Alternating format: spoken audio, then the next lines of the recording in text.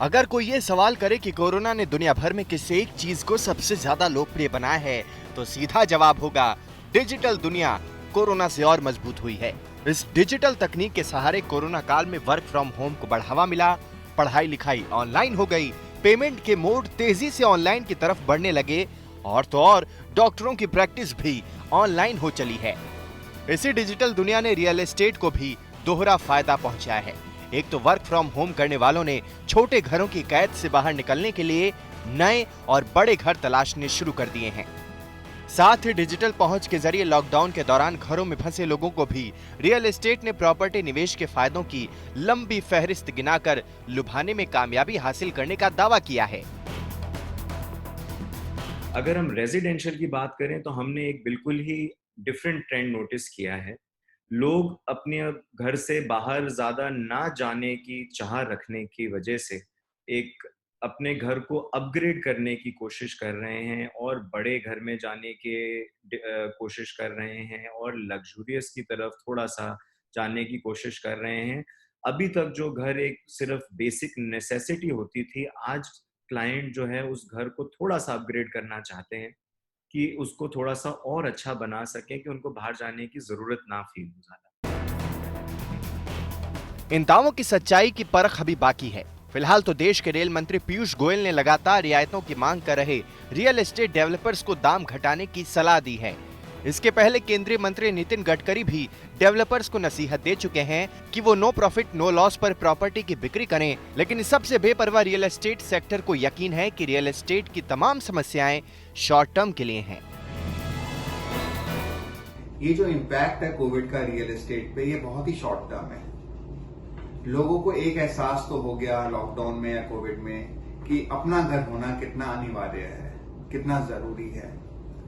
लोगों ने ये चीज तो रियलाइज कर ली है। आने वाले टाइम में डेफिनेटली हम देखते हैं कि रेसिडेंशियल और कमर्शियल मार्केट बहुत ही बूम करेगा।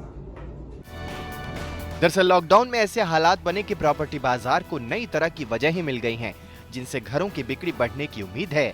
लॉकडाउन के दौरान घरों में बंद रहने से छोटे तंग घरों में रहने वाले लोगों ने बड़े घर खरीदने का मन पक्का कर लिया। मकान मालिक की किराया वसूलने की जिद ने भी बहुत से लोगों को अपना घर खरीदने के लिए प्रेरित किया। वेलनेस होम्स की खूबियों को गिनाकर भी प्रॉपर्टी कंसल्टेंट्स ने ग्राहकों को लुभाने का सफल दांव चला।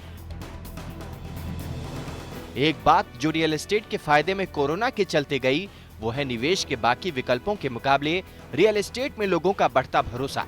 एक सर्वे में भी दावा किया गया है कि रियल एस्टेट में निवेश का विकल्प कोरोना काल के बावजूद लोगों की पहली पसंद बना हुआ है। इस सर्वे के मुताबिक 48% निवेशकों के लिए रियल एस्टेट निवेश पहली पसंद है, 59% एंड यूजर्स, जबकि 41% निवेशक रियल एस्टेट में निवेश करना चाहते हैं। 54% लोग अब भी घर में निवेश या खरीदने को सही समय मानते हैं। हालांकि सर्वे में दावा किया गया है कि डिमांड केवल सस्ते घरों की है, यानी वो घर जिनकी कीमत 50 लाख से कम है। कोरोना काल में ये बदलाव केवल घरों में ही नहीं है, कमर्शियल प्रॉपर्टी मार्केट भी इससे फायदा मिलने की उम्मीद लगाए बैठा है। जानकारों का दावा है कि सोशल डिस्टेंसिंग के चलते अब कंपनियों को बड़े दफ्तरों की जरूरत होगी, जो पहले ही बिक्री के पायदान पर आगे चल रहे ऑफिस स्पेस की डिमांड को और बढ़ाएगा। अगर हम कमर्शियल रियल एस्टेट की बात करें, तो लग्ज़री को एक तरफ रखते हुए मेरे को नहीं लगता कि हमारा को कोई बहुत ज़्यादा फ़र्क पड़ने वाला है। डिमांड सप्लाई को अगर हम देखें तो हमारे पास अभी भी डिमांड काफ़ी है और सप्लाई उस हिसाब से नहीं है।